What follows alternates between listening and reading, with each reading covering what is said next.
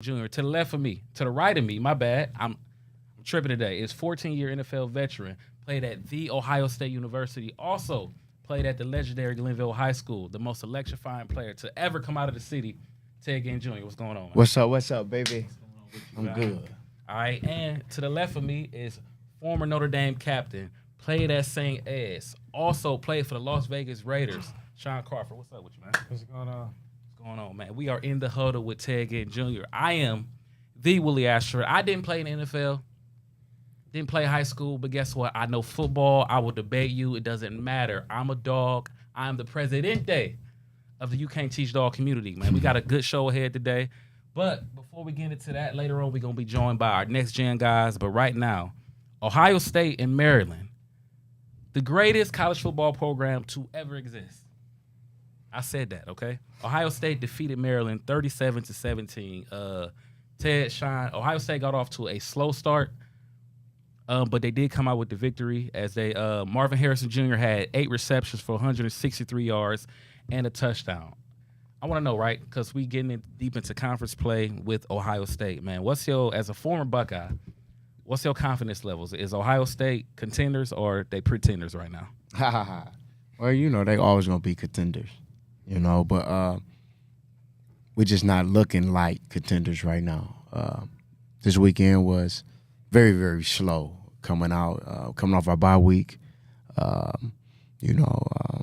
Trying to really see what we can do and what we can't do. But to see Marvin Harrison go out and do the things that he does off the injury that he had, you see him get back to health. But our run game was coming along. It wasn't like we wanted it to be, but it was coming along. But as we keep going on, it's still the first year for 6. You know what I'm saying? So the things that we want to see, we hope to see by the time we get to Michigan. And that's all we can really hope for, you know what I'm saying, and take every game right now and every practice right now to get as better as he can. Okay. Sean, you did not play at Ohio State, but you grew up in Ohio. So I'm guessing at some point you were an Ohio State fan, right? I was never an Ohio State fan, and that's credit to my dad because when I was growing up, he was a Michigan fan. So he was in a house with me, and from day one, it was always Michigan. So, okay, I blame him for that. Don't get mad at me. Let's establish this right now on this show. Hear me what I'm saying. We're going to address that team as the team up north. For sure. Hey, that's what we're going to do, all right? Or the Dirty D or that's whatever. That's too, because I don't really rock with them no more. We ain't going to That's really fine. keep saying Okay, Michigan.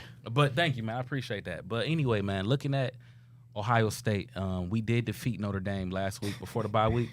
I'm not really confident in the quarterback situation there, although we do have, I think, the best 2 receivers in college football. How confident are you at the quarterback's position to be able to, as we get into Penn State later on in the year, not really worried about Michigan State, but actually the game to that team up north? I mean, I think you got to take it a game, one game at a time, because you look at the Notre Dame game, and he didn't start fast in that game. He didn't play well in that game, but he finished strong, and he ended up coming up with the victory at the end with the last drive, driving the team down. I think it was almost less than 1 minute and 15 seconds left. He drove them down. They ended up punching it in to win the game. And then also you slow start off the bye week. I mean, they had time off. They got rest. They got things like that. Maryland wasn't a bad team. This was a good Maryland football team coming off. I think they were undefeated were undefeated. Tua's little brother was playing great, so they had a lot of momentum. They were coming in energized. Anytime an opponent plays Ohio State, they're gonna play their best. They're gonna be energized. They're gonna be ready to go. And so I think they handled it, really well. They handled adversity really well. I think they started. Maryland punched them in the mouth first, got on the board first, and then I think they bounced back. And so just to see that, and then see what he did in the second half, and to see Marvin get going, I'm sure everybody just within the Ohio State community, in the locker room, and the coaches, that's what they want to see. That's what you want to see out of your quarterback. You want to see your best players getting the ball. You want to see TreVeyon Henderson getting healthy, moving forward. But at the end of the day, I think it's just going to be a game-by-game situation. He got another one this weekend, and then the next weekend after that is Penn State at home. So I think, you want to just continue to keep building, and then you want to rely on the playmakers he got on the outside. And so Marvin and Mecca and Fleming, they going to do their job to make it easy on the quarterback. They going to get open. And then at the end of the day, it's Ohio State. Like they got high expectations. He's gonna have to deliver. And so I think, the more reps that he get in with the guys, the more time on the field, and especially playing that game at home, I think he's gonna be ready. Okay. For you not to be a Ohio State fan, he know a lot about you it. just broke us down, baby. Hey, but I don't know if you studying. I mean, I don't know if you lightweight fan, but you just broke us all the way down. Because they play at noon, so it's That got nothing to do with It's it. the only game on noon that I was interested in. That's one thing, about Notre Dame. We don't That know. Ohio State had touch. Oh, y'all got the 3:30 all the That's time? one thing. That's one thing about Notre Dame. We don't really play at noon. We either got the 3:30 slot or the 7:30 slot. And y'all going there to do what? Speaking of Notre Dame, I'm always hold on. So I'm They go always, on I'm always 4:30 to free. do I'm what? always free at noon, so I'm gonna check out Ohio State at noon whenever they there. But nah, I mean they look good. Don't worry, I got it. Let's do a quick 2-minute drill real quick, okay? We're All gonna right. split it up. 60 seconds. Notre Dame actually, number 10, Notre Dame over this past weekend fell to Louisville 20-33. Top 10 team, man. What's your thoughts on that? Oh, It man. looked like a good win for us when we beat them, but the more they lose, and that win quality kind of deteriorate. Well, we already knew that, the quarterback play up there is new. You know what I'm saying?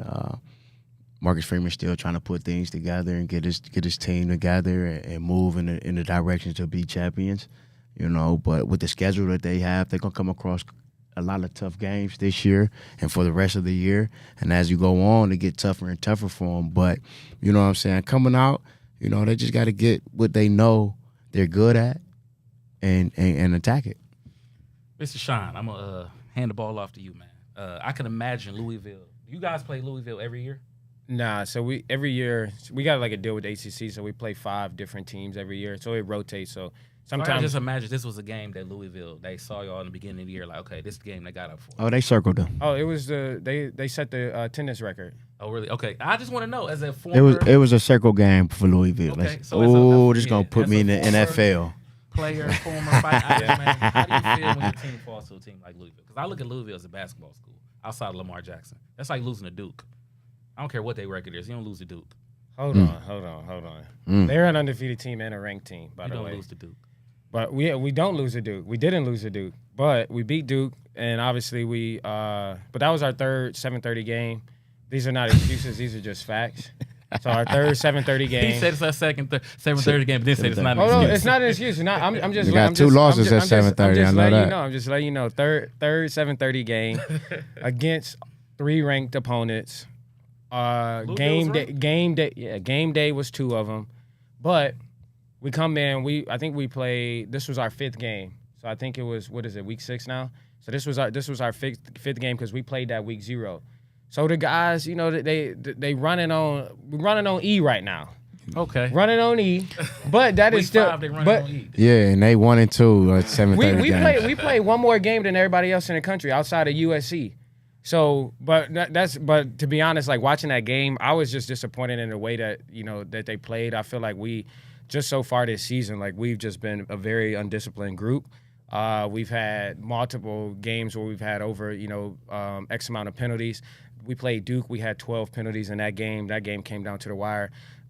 Louisville, we got a huge 3rd down stop, and one of our players away from the play was engaged with a block, and to get off the block, he pulled the lineman's face mask down. seen that. They got the ball. They extended the drive. So just like doing things like that, ain't got nothing to do with being tired, nothing to do with execution or anything. Y'all ain't like got no that. discipline. It's just we just not disciplined right now, and I don't want to say the culture is whatever, but like I just think we need to just get back to the basics. We need to tackle. Louisville, we had 30 missed tackles on defense. My goodness.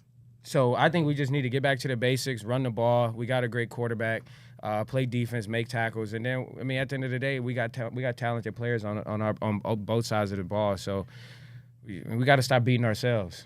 All right, listen, let's get into second down, man. Let's talk some Browns. You guys played in the NFL.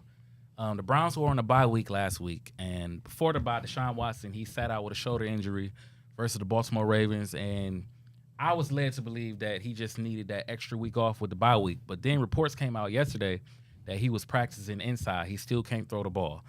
I'm sure it is, but as former players, is that injury, is it more than what they want to let us know? Obviously it is, but do you expect him to play Sunday, and how serious do you think the injury is? Well, I think it's a very serious injury. You know what I'm saying? One thing you got to know about media and about pro teams is they're going to keep everything in-house. And right now they're in the in-house tight segment. You know, they doing all the little things to see if he can go. You know what I'm saying? But in their mind, they already probably have a deadline of when they're going to release him and let him come back because of the results that came back. You get what I'm saying? So the thing is trying to make the fans and everybody, you know, be kind of like upbeat, but not upbeat of what's going on, but give you a shot to have a little insight of what's going on. But to be all the way real, if the man not throwing right now, how is he going to throw in 3 days? How is he going to throw in 4 days? Or, you know what I'm saying? And then take a hit. You know what I'm saying? Like that's a big time position to go out there and to be weak or to be limited from the jump. You know what I'm saying?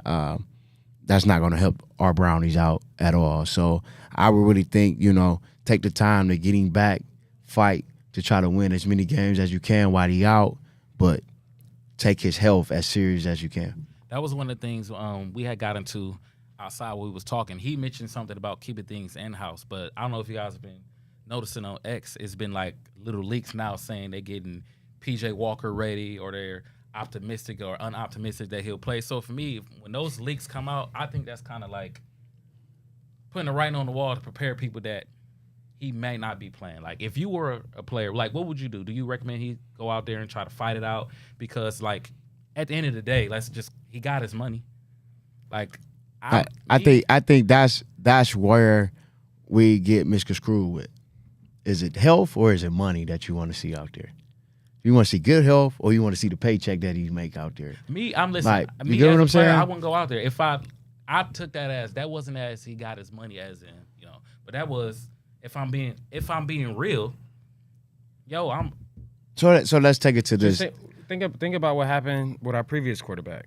Baker lead the team to the playoffs. Baker come back the following year, he get his shoulder hurt by J.J. Watt, right? He was fighting for a contract, though. I think that's why he fought through it. Deshaun not fighting for a contract. I get it, but the fans want Baker out there. I don't know who's the backup quarterback. Case Keenum at the time. Yeah, so the fans want Baker Mayfield out there, and Baker, what the competitor he is, he tried to go out there and lost the contract, hurt himself, and now he, you know, see what he doing. He playing well down in Tampa. They were out there winning some games, but it's like that's something you faced up. That's something you're gonna face up against, to where it's like the fans gonna want the number one guy out there, especially when he's making all that money. But it's like, you know, and if he go out there and try to compete and then hurt it even, you know, more, it's like now the Browns is, you know, hurt in the long run. But also, when you talked about do he go out there and compete? I mean, he's gonna want to compete. I think, you know, that's the competitor he is. It's a rotator cuff contusion. If you ever had a contusion, Yes.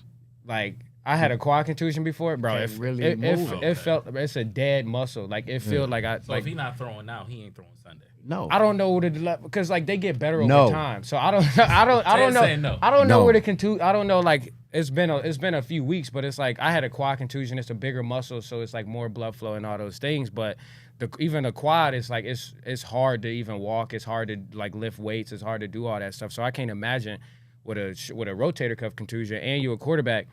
That's probably going to take some time. Like, I don't think it's, like, long-term, you know, anything like that. But they are playing the Niners this weekend. We just saw what the Niners did to Dak, you know, over the weekend. He had 4 interceptions. And so And he was healthy. do you – and they got a great O-line. So do you want to put him, you know, in that situation? It's going to be probably cold down there at the Browns Stadium. Or we could wait another week, get him indoors against the Colts. You know, so See what he about. So that kind of go back to what I was gonna say. Like, are we playing for the future? Or are we playing for right now? All right, but so this is gonna lead to my question before. Let's real quick, another quick 2-minute drive before we get into our next segment. I want to ask you this because all year it seems like anything Deshaun does is $250 million this, $250 million that. As a player, like I'm sure you get tired of hearing that. Like, how does that make you feel when every little mistake you do is, well, he getting paid this amount of much. He need to get out there and play. Like as a player, you sit back like, yo, like, yeah, I'm paid. Because as fans, it's easy to look at it like, I don't feel sorry for you. You're a millionaire. But from a player's perspective, hearing somebody always bring up your money, always like, how do you How do you go out there and perform knowing that, like, if I don't do this, the first thing I'll say is you getting paid too much to throw that incomplete pass to Donovan Peoples-Jones on out. Like, you're not human. At the end of the day, they're going to do that no matter if you playing or not. It's really what benefits the team, what helps the team. As a player, do I go out and hurt the team by playing and I know I'm not healthy? You know what I'm saying? Yeah. Or do I help the team by not playing because I know I'm not healthy? That's a decision that you have to make as a man.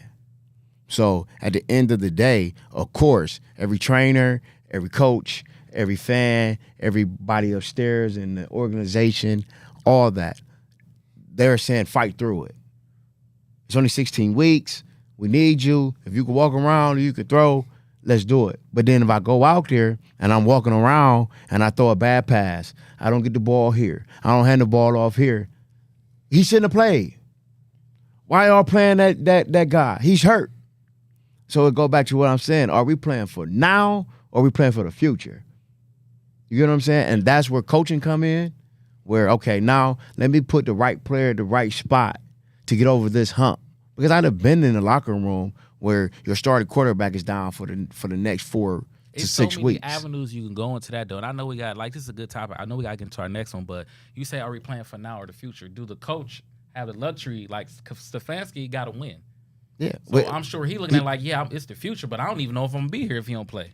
Well, how I'm going to win with it's like how I'm going to drive a car with a flat. I got 4 tires, but one of them flat. How I'm going to get up and down the road? I understand. It's the same thing it's the same knowledge that you would use in the common sense. I'm following you, but what I'm saying is, like, I get it. Like, you done had a hurt quarterback this year. Last year you had Jacoby, and then Deshaun came on. The year before that you had another injured quarterback. But will the owners be like, yo, look at that? Or they be like, yo, man, you've been here for 4 years. You ain't figured it out. I think he just got to put whatever quarterback play in the game, he got to put him in the best situation. That's his job. That's pretty. Jacoby last year was one of the most efficient quarterbacks in the league up until Deshaun came in and took the role. So it's like he could put PJ Walker or Dorian, like, I didn't even think he put Dorian in the best situation when he put him in the game. So I think it's on him for sure to come up with a great game plan and allow them to go out and execute. Our defense is great. You gotta win with field position. We can't just go straight 3 and out. Got to get some first downs. Got to keep the defense. Give our defense some rest, and then let PJ Walker or let DTR do what they do, because I mean they're talented, both of them. We've seen what PJ Walker can do. He's been in the league for a while. We saw what Dorian is capable of in preseason, and we got some weapons. Let us draw up a game plan that helps out our team, that helps out our system, and then I think we could go from there. But at the end of the day, I think it's what the fans think, what the public think, it don't really matter. Like, people in-house know how good Watson is, what situation he in, and how good his health is. At the end of the day, that's what matter, to the team and to Watson and to the organization. So it's like, yeah, the fans in the NFL is so, up and so results driven. It's like Browns go out and lose this game, but they go win 4. Fans, fans gonna be right back. So it ain't you can't worry about the fans. They're going to be week to week. And so I think you just got to worry about in-house, worry about what's going on inside the organization. And as long as they gelling and they all on the same page, like, all right, Watson down this week, we got to get PJ, we got to get DTR going, draw up the best game plan, because Niners is going to come. They going to hunt. Yeah. And so at the end of the day, that's what I think is all about. Like, don't ignore the fans, ignore the public. They going to say what they say. They going to react to how the Browns play every single week differently. And so I think, as a fan, you got to understand that. But, as a player, it's all about what's going on in-house. All right, rapid fire real quick before we close this half. Real quick, PJ Walker or DTR?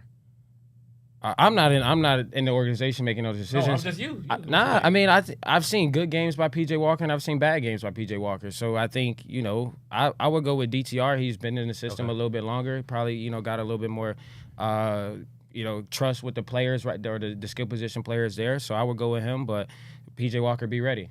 14-year NFL veteran, PJ Walker or DTR? I'm gonna go with the vet.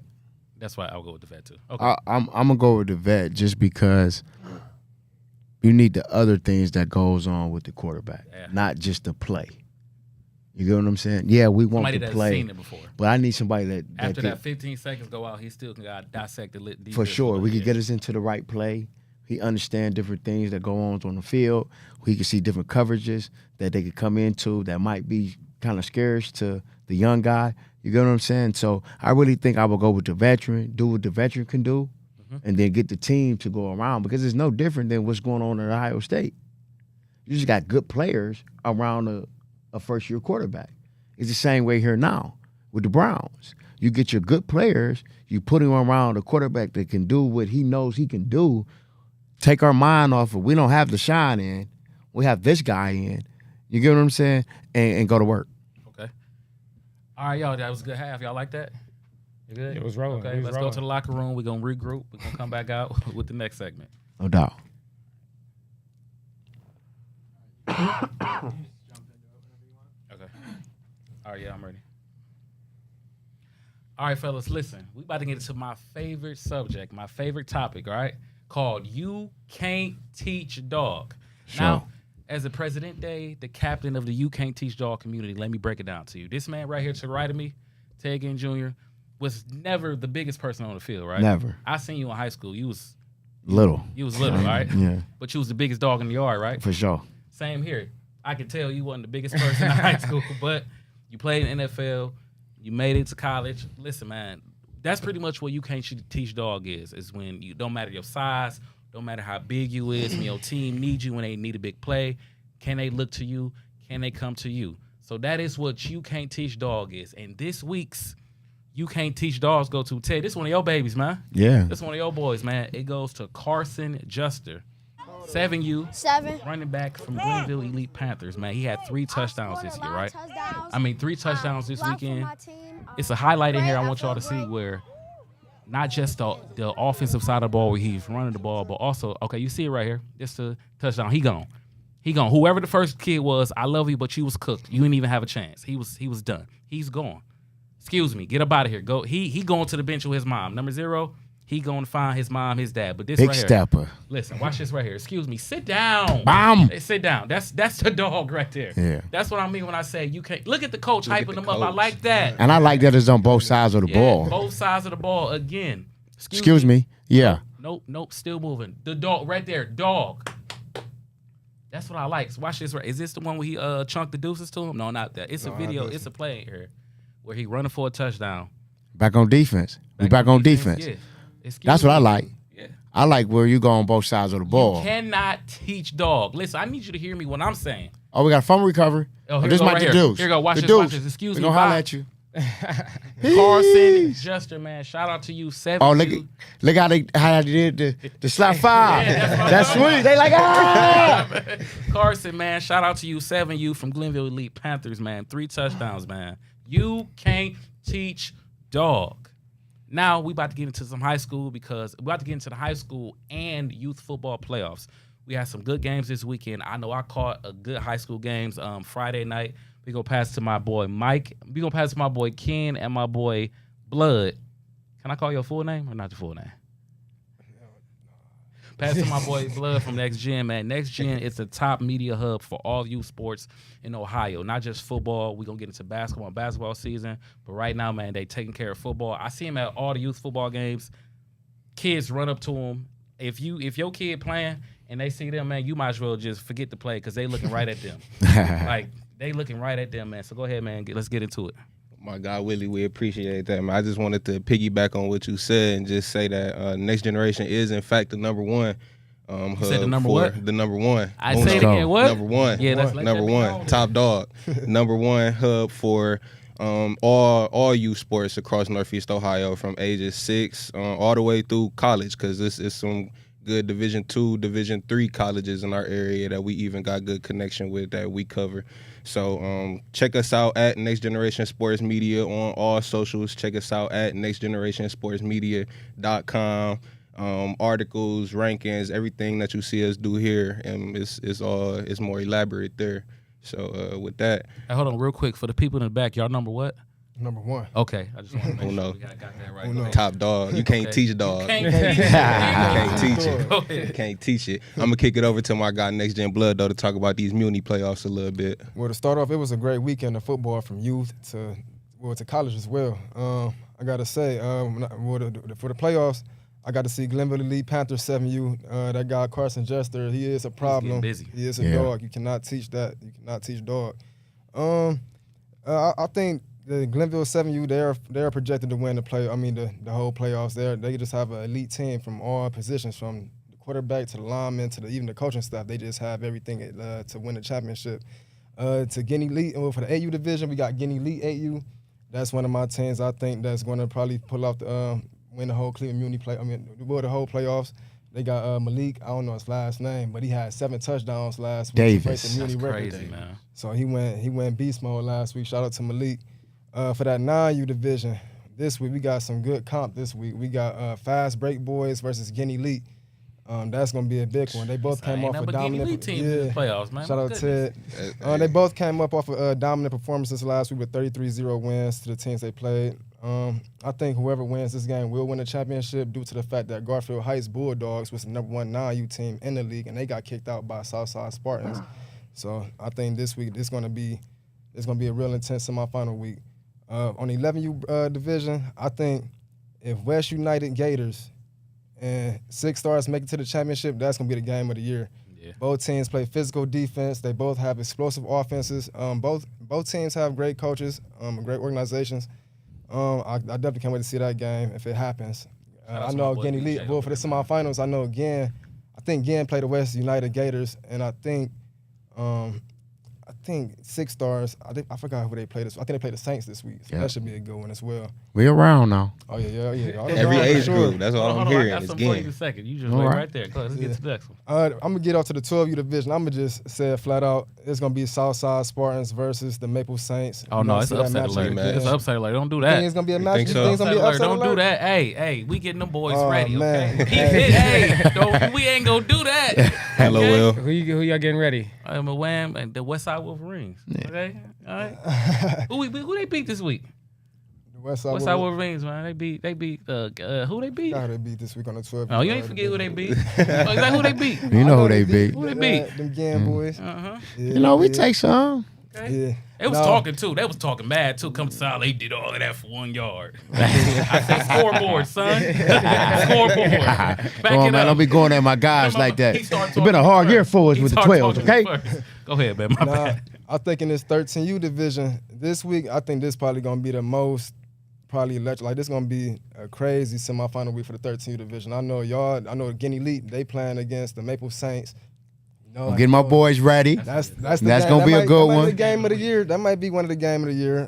Then you got Akron Armor versus Southside Elite Spartans. Now, that Akron Armor team, a lot of these teams, it's a lot of rematches from last year, so Yeah. everybody know who each other is coming back. And Everybody. me personally, I think Akron Armor might actually upset Southside Elite Spartans this weekend. And y'all might pull out the victory versus Saints. Now, Thank you, blood. y'all Thank might- you. y'all might be able Yeah. to do it, but I'm not going That's to put one. all the eggs in one basket because you know they got number 8 over there. Yeah, he's a Shout out beast. Dash. He Shout out is to a Lil beast. Diamond Dash. Yeah. Then the 14U bracket, well, I know y'all not playing in it, so Yeah. We got I exempt. think I know It's unfair on 14. it's Yeah, unfair on yeah. 14. Guinea Elite 14U is the number 1 team in the country. Shout out to them boys as well. Number what? Number 1, not the twos. Number one. Number one. Hey, can I say something real quick about the 14U, man? Go ahead. Listen, the game started. I promise you, all I did was walk my son to the car. I came back, it was 21-0. Oh man. I promise you, literally, I walked to the car, a good game, came back. I said, yo, what happened? The game was over. Scoreboard was off. Well, them boys been almost out. Them won boys by been 50. around for a long That's time, man. I done had them kids since they was about 7. I don't know, man. I was So- out there trying to check birth certificates, man, IDs and all of that. Don't do that. So- We all right. So, so to be fair, in the 14U bracket, I guess they exempted Guinea Elite. So I know the Renegades had played against the Falcons last week. That was a good one. Garden Valley Falcons. It was 12-0. Then you had Raw Talent beat Lake Erie Sharks in the 20-18 victory. We was actually there, but it was coming down hard, so we couldn't. Matter of fact, we do play this weekend. 14, you do play this weekend. Oh, okay. They put you on. Oh, Yep, y'all back they on. put us in so there. They y'all play, playing against Impact. play at 9:30 at Collinwood. So I'm playing against Impact Youth Bearcats. So it is Yup. the So- Guinea League Invitational on 14U then. Well, Huh? So it is the Guinea League Invitational on 14U. Yeah, we might as well call it the yeah. invitation on the 14U because we know you might as well just. Well, we need a game now. We just I can't think I just might chill. strap my pads up and play against y'all No, 14. for real. I might Be ready now. It's gonna be a track meet. Mark, if you need me, just let me know. You know, I'll come out and play for y'all. But I'm gonna pass it over to my guy Next Gen. Ken, we gonna get into this high school segment. Last week we had some dominant matches. You know, we had one game combined for over 100 points. Yeah. So that was crazy. We maybe predicted that matchup since last week. So I'm gonna let my guy Next Gen Ken handle that one. Literally, this Cleveland Heights and Medina game.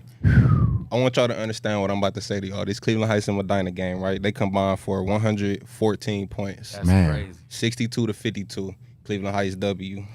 Marquise Davis. Hey, I told you all about George it last week. Monroe, All-Star, former, No. yes sir. And that whole Guinea match- League. Yes sir. Former Guinea League George guy. Monroe, too. How Yeah. many tubs he had? Mr. Ohio. 6. Hold on, wait. Let me do it real quick. You You can't teach dog. How many he had? Can't 6. six. 6. I don't care who you playing against. I don't care. Like 6 and come on, man.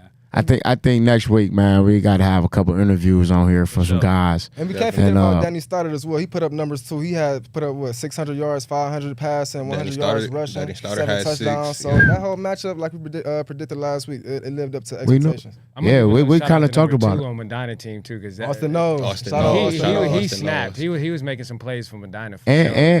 And Heights did exactly what we thought. We thought if they controlled the ball, they kept the ball the whole Get the ball to time. Marquise Marquise Davis, Davis, and they 30 give the ball to times. him. He had 31 They can win the carries. game. Look at this: 31 carries, 300 and what that say? 356 yards, 6 touchdowns. Man, I do that in Madden every night. So actually, I'm not really that impressed. But you got to realize. You Who can't said even do 30 that carries on last that. week? Somebody said 30. Yeah. Yeah, Yeah. so I 30 said you gotta carries. get But on we that. said it though. Yeah, But you got to but- realize in the last 3 or 4 weeks, he almost got like 30 touchdowns. Yeah, I 28 want to right give y'all now at props. 1,800 real quick, though. yards. So I want to give y'all props because you did all those youth highlights like in those numbers with no notes. He was over there just off the top of the head. I'd have never forgot that. I don't know. Right, yeah. And for you to say 30 carries and they actually gave him 31 carries, like we ain't just here talking. We know what We talking about. Yeah, we talk. Hey, yeah, we we really do talked this. them till they win Right, yeah, last yeah, week. yeah. We really did. Did. Yeah. They The was coach watching li- the the show. coach listen They was was like- watching the show for Yeah, sure. they They had was to like, watch you that know shit. what? 30 carries. I think we are gonna get more Yeah. carries. because the Yeah, same 30 thing, the same thing happened in the You Kinston want to win? Riverside Listen to game. Ken. That's what we say. Yeah. Got to. Yeah. So as I said, Marquise Davis, the whole room lit up. Everybody know about Marquise Davis. I mean, we saw the stats. So I kind of want to take a second to say that he should. Well, he is Ohio Mr. Football. He should be. I have his stats on the season right here. He has 1,838 rushing yards, 28 touchdowns, averaging 10 yards per carry. Mind you, How many this games man they has left? played 8 games this year. How many games they left? They still have 2 So regular he gonna season crack the games left. 2,000, the 2K. Oh, yeah, he- That's Next Oh, game. that's He got easy. those- And how many Next games? game. Who they In got? 8 games. In 8 games. This Oh, man play- has played Might 8 get it next games. year. He gonna break a single He game playing rushing. Euclid this week, Has so he he might broke go that for yet? six. That's I'm not sure. The single game rushing record, I'm not Yeah, sure. What is the I'm single interested. game rushing record for the people at home? We'll have to look it up. We have Yeah, to we'll find look it. Come on, Yeah, man. look Don't do us like that. Yeah, like- We're getting a little old now. yeah, You the come on, legend. man. How you don't know? Because We- the last we're- guy I had for Mr. Ohio was Raymond Williams. we had a staff for next weekend, but I mean, Yeah, know but it's- you know big, it's big serious shout when out that to team- him, man. He's really a pro. I've been, I known him from a kid, and the same way he was at a 14, 13-year-old, 12-year-old, he is to this day. I wish Ohio State would put more pressure behind Man, him real and talk. get So behind humble him with that, man. He's because so there's humble. no He way is. I promise we you, should he let up that in boy team, get man. out of the state of Ohio. No way we should let that boy get out of the state of Ohio. Who the I hope Ryan recruiting Day person listen. there at Ohio State? Do I need to talk to Ryan Day? Do I I'm need to talk to- calling. I'll call down there. Hey. Brian Hartline, Ryan Day. Yo, listen. We can't. This is another Maurice Claret. This We is gonna this is start a another riot if he- Antonio listen, Pittman. Yeah, If my This he's is not- another He texted guy. me that last If night. he's like, not that's at the next Ohio Maurice State, I'm gonna Claret. start a riot. Yeah, And that's we prospect. You gonna see? that would be a Notre bad Dame is drop. secretly recruiting him. They ain't on this list. The record for the individual rushing yards in a game is 532, which is crazy. But And as we sit here and talk about this, I just want to remind everybody that this guy is a junior. That's Yes. crazy. He will be back next year. So even if he doesn't do that within the He next gonna 2 shadow games, records. he still has a whole And last year he another went year to nuts. come back and do it. Yeah, last year, he Last went year nuts. his numbers is not that far off to be a sophomore. Facts. Mhm. And You it's get what not I'm like saying? it's not like this 6 touchdown game was an outlier either, because the week before last he scored six touchdowns again. And the game before that he had 4 touchdowns. He been scoring 6 touchdowns since he was 12 years old, 13 years old. This is just a resume for him. This is what he does. And Marquise and do if it you all. don't see that, you know what I'm saying? I mean, we're fools. Shout out to you, Marquise. But real quick, there was another game this weekend I would like to get into. Facts. So let's get into let's get into this Glenville and Hoban real quick. I knew that Now, was this, coming. I was rooting for Glenville. This was a great one because as y'all saw last week, Hoban is number 2 in the power rankings. Glenville is top 5 in the power rankings. So this is a matchup between 2 top 5 teams in this area. Now, what quarter do we know what quarter this was right here? The highlight we watching? Oh, this is first. First quarter. Okay. You know, I'm not gonna give no excuses, but we I want did. commentate. I want to hear But you, we man. did What's have going on? 11 starters that didn't play. How do you know. have 11 starters not play? Transfer Ocean. rules. As Shout out OSHA. Ocean. Yeah. OSHA rule. cracked Tell it. OSHA. Cracked it OSHA down. waited till we was about to play Hoban and came out with they love checkpoint where why you can't do that at the beginning of the year. You get what I'm saying? And what's the real holdup? Man, let the kids If the play, man. I rules don't like say that, man. if the rules say I'm a senior and I want to go transfer, what's the problem with that? But you got to come over, and the first thing everybody want to say is you come over for football. If you're doing this, you're doing that. And it's not always about football. You get what I'm saying? And then now you take a kid that's a senior of his last time playing high school football, one of the biggest games of his career, where he's supposed to be getting looked at for scholarships and different things like that because you got 2 powerhouses going against each other. And then a kid miss out on an opportunity because of a rule that who really cares about it? Hold on, I want you to hold that because I want to get that your top 15. But after that, I want to get into the field. So I want to hold you to hold that emotion sure. you got right there. And after that top 15, I want I'm you to- sorry, but that's just No. just I want you- real. no, I want you- will that's why say, I want you though, to keep that. Yeah. One thing I like about that game, though, I like the fact that Lil Velli got through into the fire yeah. in a game like that. You know, I Now, think who's that? You gotta that was explain the that to quarter. people. Arvell Nelson Jr. That's the quarterback number 10 for Glenville. He took a few What class licks is he? last week. He's a was sophomore. He's a sophomore, so he Oh, class he really got 2026. through in there. He's a Guinea League guy. I done had him since he Yeah. was 8 years old. He stayed poised. And he stayed poised. Got through in that He fire stayed for calm. real. But the thing Yeah, about yeah. Arvell Nelson is he was built to do this. Facts. Okay. And that's gonna He be a been name in to keep these up type of with for years situations as a to kid. go on. He got another 2 years left, so I'll definitely keep up with Arvell Nelson for sure. Facts. And one guy that I want to shout out from that game from Hoban, Elbert Rock Hill, Oh, yeah. Another sophomore, but he already got Ohio State offer. He one of those type What of position kids. is He he? gifted. He played played cornerback, corner. athlete, He gonna go to receiver. college Just and an play athlete. corner, but yeah, you know, in high school you gonna play both sides. And Is that this number game, two? he took a No, kick no, to the that's- he crib. went number 11. 11. Yeah, number That's the 11. kickoff He took a return. kick return? Yep, in this Okay. game against the Ville, he took a kick to the The crib. man. opener It's- for Yep. them. Explosive plays on offense, lockdown defense. So that's another one of those guys that Ohio State. I know y'all already offered him, but it's no need for us And to Peyton let Cook. him lead his state. So they did number 2 or number 1. They Are was we, number 1 last week. are we They get number recruiting two. site for Ohio State? Are we, We are now. I just let me just get. That's Are the- we like? We're a recruiting site It's for Notre all Dame. colleges. We Notre Dame, Ohio State, Cincinnati, Miami, Ohio, whoever is out there, we want y'all to come here and see us. All right, let's hit the top. All right, let's 15. move see on what to we this got. top 15 power ranking. So the top 4 is still the same, Favorite but there is one change Euclid right ain't here that I want everybody to pay attention to. Massillon 1, Hoban 2, Edge 3, Avon 4. It's been that for a while now, but that 15, I know Willie's happy about this one. We finally got Cleveland Heights in that Thank top you, 5. man. 7-1 record. Yeah. First season in the Greater Cleveland Conference is probably is the toughest conference in Northeast Ohio. I mean, they went through Menor, beat Menor in overtime. Just went through Medina, which at different points of the season we had both of those teams in our top 5. I didn't expect that game to be like that, honestly. I actually deep down thought Medina was going to win, if I'm being completely And a lot of honest. people thought that Cleveland Heights was going to have a tough time. Losing the quarterback from last year, moving into that division, playing against the Miners and the people that they playing against this year, and they've been holding their own. Yeah. They have, So shout out to Cleveland Heights Shout out and, Cleveland and what they doing up there. for sure. moving on to 6 through 10. It's Glenville. We had to bump them down one spot because they do hold 2 losses now. It was a close loss. It was right? it was So, it, yeah, it was that's real only close. right. And I mean, if you think about it, just last week, Hoban was up 50-0 at halftime Against over Wash Wash Jesuit. Jesuit, and then Yeah. Glenville came in 11 guys short, as Ted pointed out, With a and sophomore and they QB. with a sophomore quarterback, and they gave Hoban their toughest game of the season. They scored the most amount of points.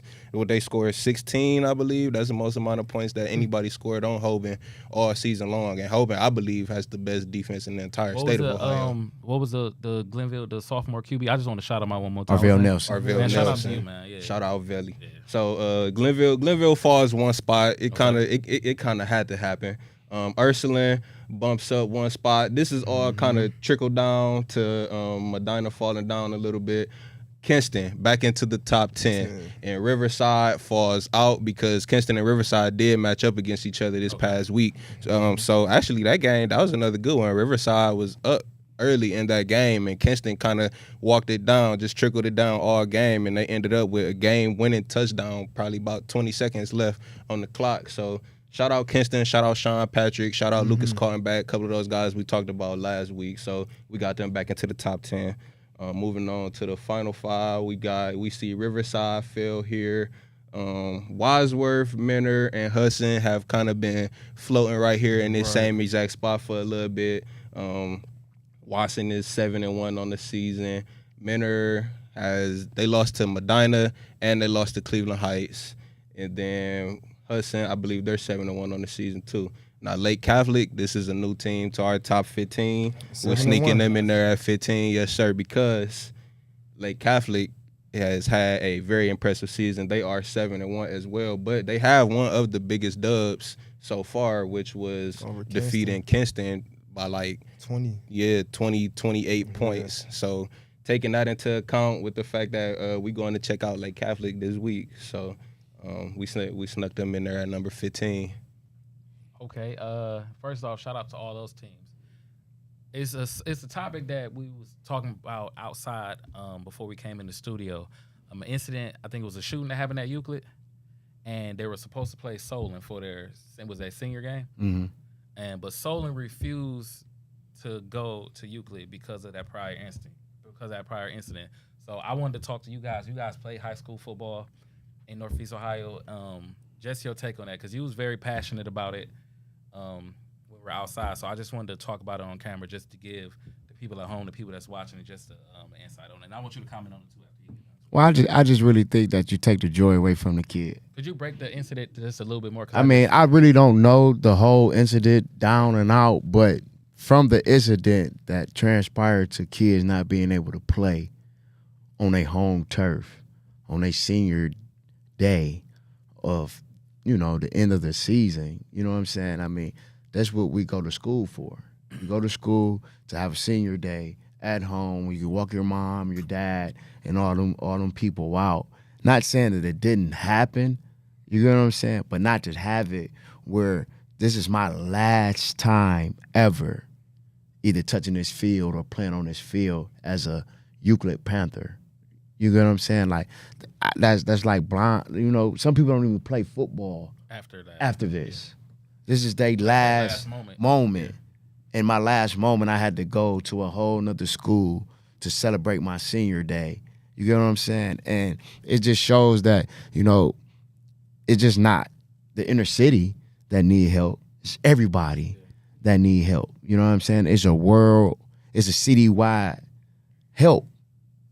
Like, we need help with these young boys. We need help with our communities. No matter if you on St. Clair or you on 222nd, it's all happening. You get what I'm saying? So I just hate that the kids had to experience that, and the joy that you put in for 4 years, because you always play for your seniors. Yeah. You get what I'm saying? Like, you always brought up to play for the seniors, and then now you can't send your seniors out the way they supposed to go out. And then as a senior, I don't go out the way I sent other seniors out. Like, that's mind-blowing for kids sometimes. And you also, as a guy that played at St. Ed's at a high level in high school, to, like you said, you work all 4 years to get to that moment to have your senior night. Like, what's something that as a community or the city of Cleveland period can do better to make sure those situations like don't happen?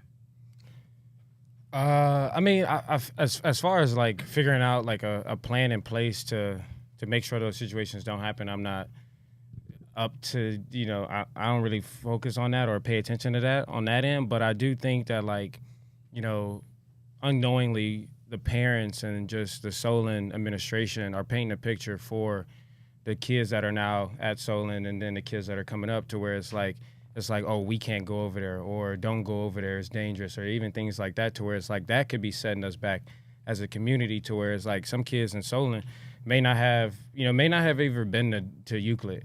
And you know what I mean? And now they may have this perspective of what Euclid is, not even having, ever gone there. And, for me, going to Ez, and I grew up actually like out near Solon, but I played Muni League growing up.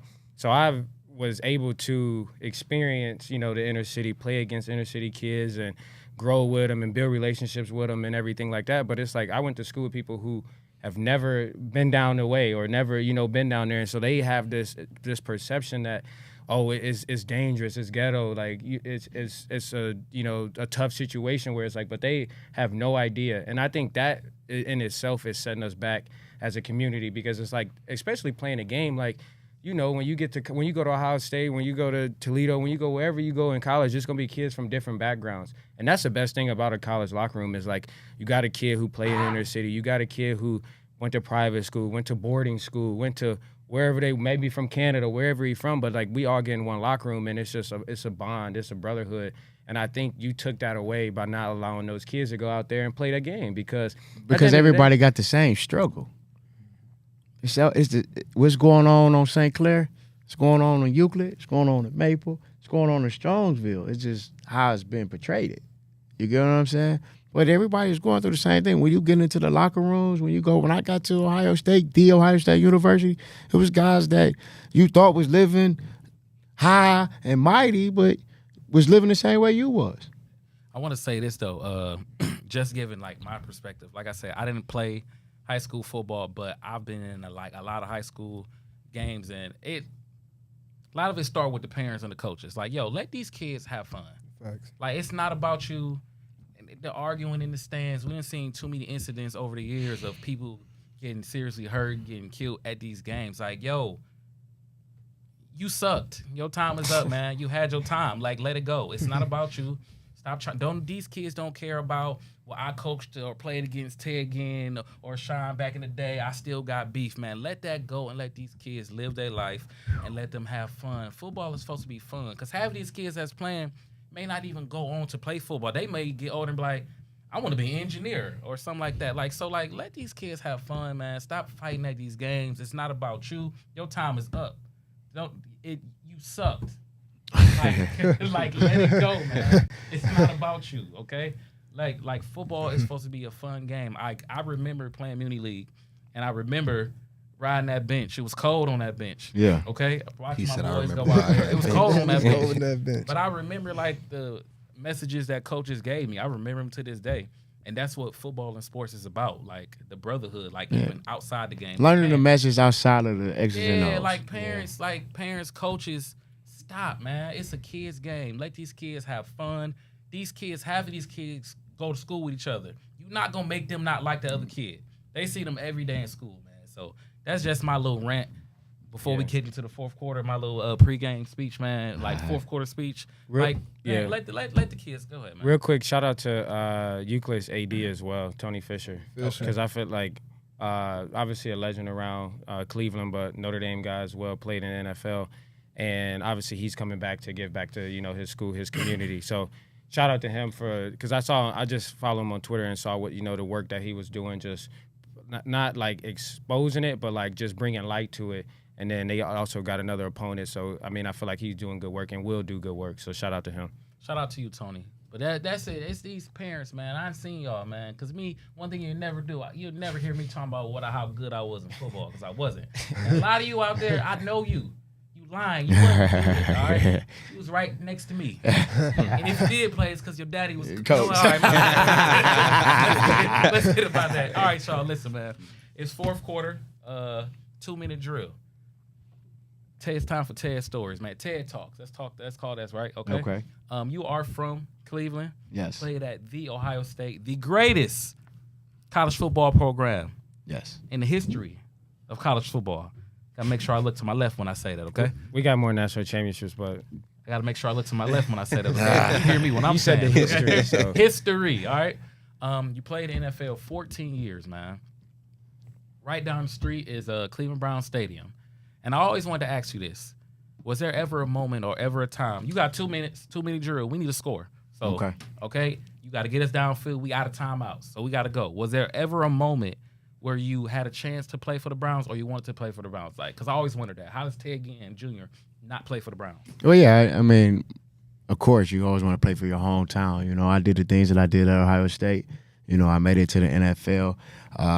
I had got cut from the Arizona Cardinals, and I was looking to come back this way. So I was looking for any team in a radius where, you know, under 10 hours, where, you know, taking a road trip home wasn't bad. A flight only hour and a half, 2 hours. I was just trying to make my way back here. I went straight to Miami, left out of Miami, straight to San Francisco. So I was missing home. I was homesick. You get what I'm saying? What year was this? This is 2013, So 2012, Let's 12, see, what 13. year? This is my 6th year in the NFL. Okay, my bad. Go. So it's my 6th year in the NFL. I was coming off my first contract. I was leaving out of. Matter of fact, this is my 7th year. No, this is my 6th year. I'm leaving out of San Francisco. This is my first stint going to Carolina. Okay. But I came here and the news crews here, like 3, 5, 7, and 19, I not 7. remember that, actually. But the newscasters had put like Ted Ginn is cut. We was bringing Dante Whitner in. We was bringing Dansby. I want to say was coming in. So they was like, you know, go out and you know, get Teddy Ginn. They put my highlights out from high school, college, and the things I did in the pros. And for some odd reason, my agent got a phone call like, you know, if you're thinking about, you know, really From who? whoever it I may know who be. it is. I'm gonna let you finish the story, but Whoever it may expose be. you today. Go ahead. Whoever it may be at the Browns, you know, I can't say it was the GM at the time. I can't say it's the owner or whoever it is. You know, Ray Farmer. That's who it was. it's a lot of So it's phones. Ray the Farmer. There's a lot of phone calls and a lot of phones that's in that area. You know, a lot of Wi-Fi. You know what I'm saying? So I got the phone call like, you know, we're not gonna, you know, pursue him in no type of way. Don't even call. Don't even think about it. You know, and I went to Carolina that year and became the top third down guy that year. Oh, I'll take my glasses off for this one. Okay. And in that year, I only played on third down. You went to the Super Bowl that year too, right? No, we took Carolina to the playoffs for the first time in like 10 years. Ray the Farmer. Mr. I don't draft receivers. That's what he said. Oh, well, that's what it probably was. Then. How disconnected do you have to be from the city, right? This is Ted Ginn Jr., the greatest athlete, I think, to come out of Cleveland. He's available, and you say, don't even call. Like, you know how, think about that, right? You know how disrespectful it is to call a legend from the city you in and say, don't even call. Like, we ain't interested. Ray the Farmer. Well, you see what's going on with him? Now, I hate to say it like that. I'm definitely a Browns fan, but, you know. That was a Johnny Manziel year. Yeah. Yeah, you ain't miss out. You ain't miss out on nothing. We started at 7-4, and then they forced John. We done. I'm done. All right. Yo, listen, man, that was a good game. I think I threw for about 4 touchdowns, about 250 yards. Not more than Marquise Davis.